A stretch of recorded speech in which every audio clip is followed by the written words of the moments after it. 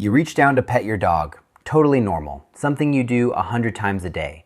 And when you lift your hand back up, it's covered in fur. Not a little fur, a whole fistful of it. You look at your couch, your car seat, the back of every pair of pants you own. You vacuum on Monday. By Wednesday, it looks like you haven't vacuumed in a month. You've tried the de-shedding shampoo everyone recommends. You bought the brush with 500 reviews. You switched foods twice, and your dog is still shedding like it's the only job they have.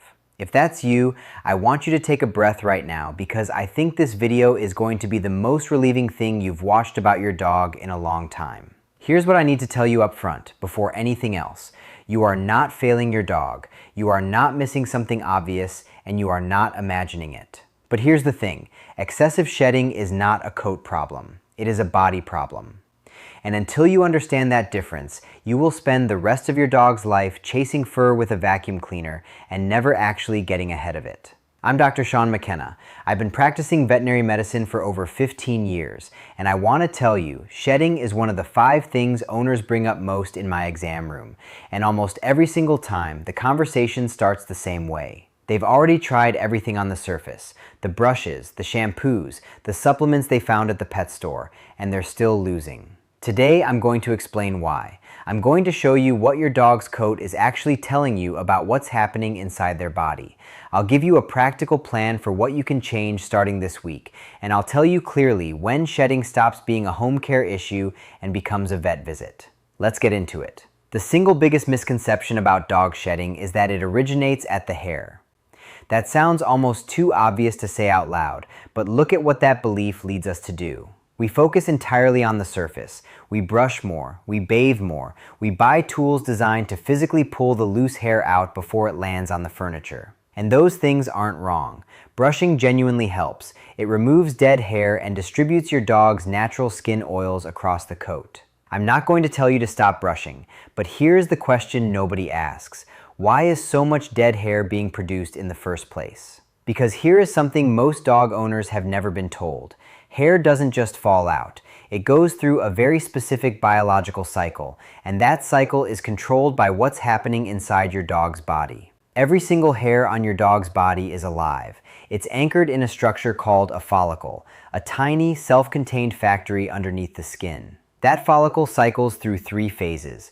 A growth phase, where it actively builds new hair. A transition phase, where it starts to wind down. And a resting phase, where it releases the hair and prepares to begin again. In a healthy dog, this cycle runs smoothly. Hair grows, rests, sheds, and new hair comes in. You get normal, manageable shedding, a little more in spring and fall when daylight hours shift and the body gets a signal to update the coat. That's biology doing exactly what it's supposed to do. The problem begins when something disrupts that cycle. When too many follicles get pushed into the resting and shedding phase at the same time. When the turnover rate accelerates beyond what's normal. And that disruption does not start at the hair. It starts somewhere else entirely. Here's the mental shift I want you to make, and I really want you to sit with this. Your dog's skin is the largest organ in their body, and like every other organ, it sits in a priority queue.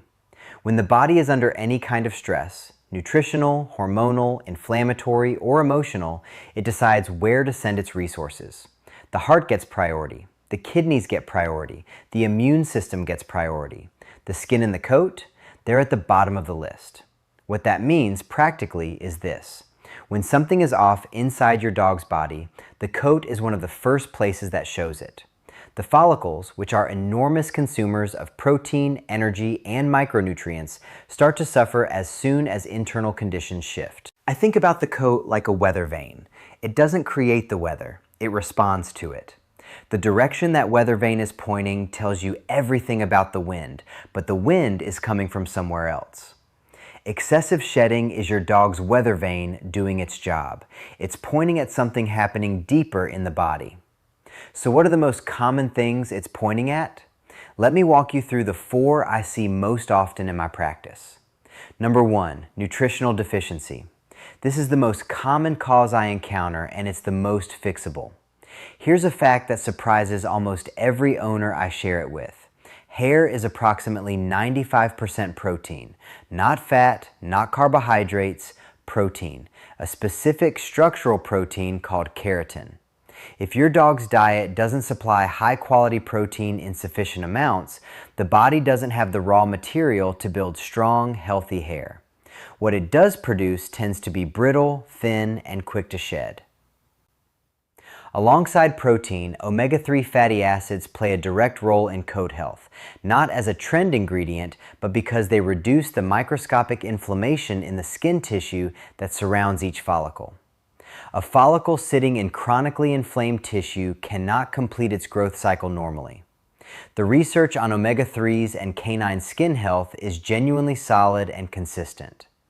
Specific micronutrients matter too, zinc and biotin in particular. Zinc is essential for skin barrier function and follicle integrity. Zinc deficiency is underdiagnosed in dogs, particularly in northern breeds like Siberian Huskies and Alaskan Malamutes, and it produces a coat that looks coarse, dull, and sheds excessively. Number 2, chronic low-grade skin inflammation. This is subtler than a full allergic reaction, and it's often missed because the dog doesn't seem obviously itchy. But at the follicle level, the immune system is overactivated. The skin is in a state of constant low-level stress, and over time, that disrupts the normal hair cycle in ways that don't show up as redness or scratching, they show up as relentless shedding that never fully resolves. Number 3, hormonal imbalance. This is the one I always screen for when a dog's coat changes meaningfully, not just more shedding, but shedding alongside changes in energy, weight, or thirst. Hypothyroidism, an underactive thyroid gland, is one of the most common endocrine conditions in middle-aged and older dogs. The thyroid hormone regulates metabolism throughout the entire body, including at the level of the hair follicle. When thyroid hormone is low, follicles slow, hair becomes thin and dull, and shedding increases.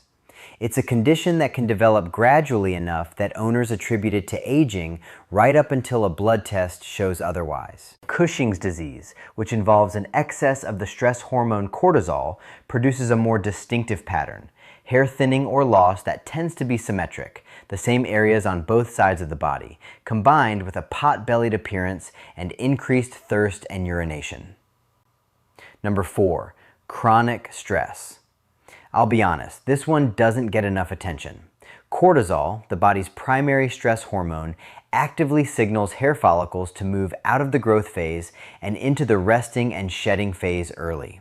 It's a survival response. The body redirects energy away from non-essential functions like hair growth during periods of stress. Dogs with significant anxiety, separation anxiety, fear-based stress, environmental instability will often show it in their coat before any other sign. The fur on the floor may be one of the earliest signals that your dog's nervous system is working too hard. I want to tell you about a patient I saw a few years ago, a 5-year-old golden retriever named Biscuit. His owner, a retired teacher named Margaret, came in absolutely convinced that something was wrong with his skin. The shedding had become so severe that she was vacuuming twice a day and still finding fur everywhere. She'd tried 2 different shampoos, a new brush, and a supplement from the pet store that promised results in 2 weeks. When I examined Biscuit, I didn't find a skin disease. What I found was a dog with a dull, noticeably thinner coat for his age, energy that Margaret had chalked up to him slowing down a bit, and about 8 pounds of gradual weight gain over the past year that had happened slowly enough that nobody had really registered it. I ran blood work. Biscuit's thyroid levels came back low. He had hypothyroidism, a very manageable, very treatable condition. We started him on a once-daily thyroid medication, transitioned his diet to a higher quality protein source, and added omega-3 supplementation. 8 weeks later, Margaret came back.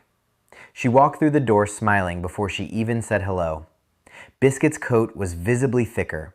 She said the shedding had dropped by, her words, about 70%. She was vacuuming every other day like a normal person.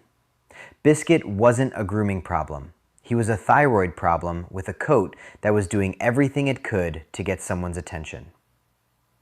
Let's talk about what you can actually do. I'm going to split this into 2 parts, what you can start this week and what takes longer but matters just as much. Part 1, this week. Step 1, look honestly at the protein in your dog's food. Turn the bag around. Find the guaranteed analysis. A good quality adult maintenance diet should have a minimum crude protein content of around 25% on a dry matter basis, and the first ingredient should be a specific named animal protein: chicken, salmon, beef, lamb. Not poultry byproduct as the lead ingredient. Not meat meal with no further specification. If your dog's current food doesn't meet that standard, transitioning to one that does is the single most impactful dietary change you can make for coat health. Do it gradually, half old food, half new, over 10 to 14 days to avoid stomach upset. Step 2, add an active omega-3 source. I recommend a high-quality fish oil supplement formulated for pets, ideally stored in an airtight pump bottle in the refrigerator so it doesn't oxidize. The key detail: it should contain EPA and DHA, the two specific omega-3 fatty acids that have anti-inflammatory effects in skin tissue. A general starting point is around 15 to 20 milligrams of combined EPA and DHA per kilogram of body weight per day, but start on the lower end and increase gradually. A budget-friendly alternative: canned sardines or canned salmon in plain water with no added salt. One small sardine or a tablespoon of canned salmon mixed into your dog's meal 2 or 3 times a week provides a genuinely substantial omega-3 dose. Dogs typically love it, and it's nutritionally effective. One important note: if your dog has a history of pancreatitis, speak to your vet before adding significant additional fat to their diet, including fish oil. Step 3, check hydration. Skin cells, including those in and around hair follicles, need water to function properly. A dog that is mildly but chronically underhydrated will often show it in the coat. Hair becomes dull, slightly dry, and the skin loses a bit of its ability to retain the oils that protect it. One practical way to nudge hydration upward: add a small amount of warm, low-sodium broth to your dog's dry food. Check the label carefully. Anything containing onion or garlic is toxic to dogs, so that rules out most commercial soups. A clean, dog-safe broth, or even just warm water, softened into the kibble makes meals more aromatic, more appealing, and more hydrating at the same time. Part 2, the next 6 to 8 weeks. I need you to be realistic about the timeline because this is where most people give up. Coat changes take time. Hair follicles operate on a biological cycle measured in weeks. When you improve nutrition and reduce internal inflammation, you are not going to see a transformed coat in 7 days. The owners who see real, lasting results are the ones who stay consistent with the dietary upgrade and supplementation for the full 6 to 8 weeks. That's when the difference becomes visible and measurable. If you've made meaningful changes to the diet, added omega-3s, given it a genuine 8 weeks, and the shedding is still excessive, that is your signal to come in for a blood panel. At that point, we need to start looking at thyroid function and other hormonal markers. That's not a failure of home care. That's home care doing exactly what it should, ruling out the fixable things so we can look at the medical ones. I want to spend a moment on this because I think it's one of the most important things I can tell you. Most excessive shedding is nutritional or inflammatory, and it responds well to what we've just discussed. But there are specific patterns that should not be treated at home, and I want you to know what they look like. Symmetric hair loss. If you notice thinning or loss in the same areas on both sides of your dog's body, the flanks, the back, around the tail, that is not typical nutritional shedding. That pattern strongly suggests a hormonal condition that needs diagnosis, not supplementation. Shedding plus other changes. If the coat change is accompanied by weight gain, increased thirst or urination, energy that feels genuinely different rather than just calm, or skin that looks thickened or discolored, please don't wait. Come in. Rapid onset. If your dog's coat has changed significantly over a matter of weeks rather than months, that speed of change is always worth investigating with blood work. Gradual changes often mean nutritional causes. Rapid changes can signal something more acute. Bald patches or skin changes. If you're seeing actual bare areas, visible scaling or crusting of the skin, or if your dog is scratching, rubbing, or licking at specific spots alongside the shedding, that combination points toward a skin condition, a parasite, or an allergy that needs hands-on examination. That is beyond the reach of dietary intervention. I'll say this plainly. Home care is appropriate for generalized, gradual, excessive shedding in an otherwise healthy, energetic dog with no other symptoms. It is not the right starting point when there are additional red flags. Trust your instincts as an owner. If something feels wrong beyond the shedding, that instinct is worth following up on. Since we've talked about the inside, let me give you an honest assessment of what grooming actually does and doesn't accomplish. Regular brushing is genuinely valuable, not primarily as a shedding cure, but because it removes dead hair before it reaches your furniture, and it distributes your dog's natural skin oils across the entire coat. Those oils are what give a healthy coat its luster and moisture retention. A dog who isn't brushed regularly will often look duller and feel drier than their diet alone would suggest, simply because those oils aren't being moved around. How often depends on coat type. Short-coated breeds, think Beagles, Boxers, Vizslas, do fine with once or twice a week. Double-coated breeds, Labradors, Golden Retrievers, German Shepherds, Huskies, genuinely benefit from daily brushing during the seasonal shedding transitions in spring and fall, and 3 to 4 times a week the rest of the year. On bathing, more is not better, and in many cases, more is actively worse. The skin has a natural protective lipid barrier, a layer of oils that holds moisture in and keeps irritants out.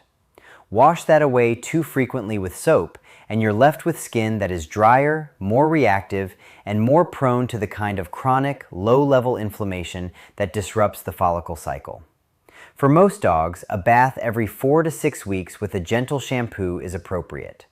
If your dog rolls in something and needs a wash, obviously wash them, but routine weekly bathing for a dog who doesn't need it can quietly make a coat quality problem worse. If you're choosing a shampoo and want to do something genuinely useful for the skin alongside cleaning, look for formulations containing colloidal oatmeal. It has a documented calming effect on surface skin inflammation and is one of the few topical ingredients that actually earns its label claim. I want to end with something I hope you carry with you. If you've been frustrated by your dog shedding, if you felt like you're doing something wrong, or been embarrassed by the fur on your couch, or just worn down by the sense that you can't get ahead of it, please hear this. You were looking in the right direction. You were paying attention to your dog. That's exactly what a good owner does. The problem wasn't that you were looking at the coat. The problem is that nobody told you the coat was showing you something that originated somewhere else. Your dog's coat is one of the most honest things about them. It doesn't perform. When the body is thriving, the coat reflects that. When something inside shifts, the coat reflects that too. What you do with that information, that part is now yours. Here's the quick recap of what we covered today. Shedding is a biological process driven by the hair follicle cycle, and that cycle is controlled by what's happening inside the body, not on the surface. Nutritional deficiencies, particularly in protein and omega-3 fatty acids, are the most common drivers of excessive shedding I see in practice.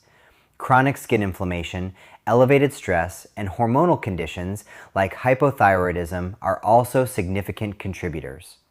The practical steps: improving protein quality in the diet, adding a clean omega-3 source, supporting hydration, can produce visible results within 6 to 8 weeks if you stay consistent. And when shedding comes alongside red flags, symmetric hair loss, rapid change, other physical symptoms, that's when a blood panel matters more than a new supplement. The one thing I want you to take from today: your dog's coat is not a grooming problem waiting to be brushed away. It is a window. Learn to read it. I'd love to hear from you in the comments. Tell me, has your dog shedding ever felt out of control? And what have you already tried? I read those, and sometimes a comment becomes the next video. If this helped you see your dog a little differently today, a like helps this reach other owners who are standing over a pile of fur right now, wondering what's going on. And if you want more of this, honest, practical veterinary guidance that actually explains what's happening and gives you something real to work with, subscribe. I'd be glad to have you here. I'm Dr. Sean McKenna. Take good care of your dog today. I'll see you in the next one.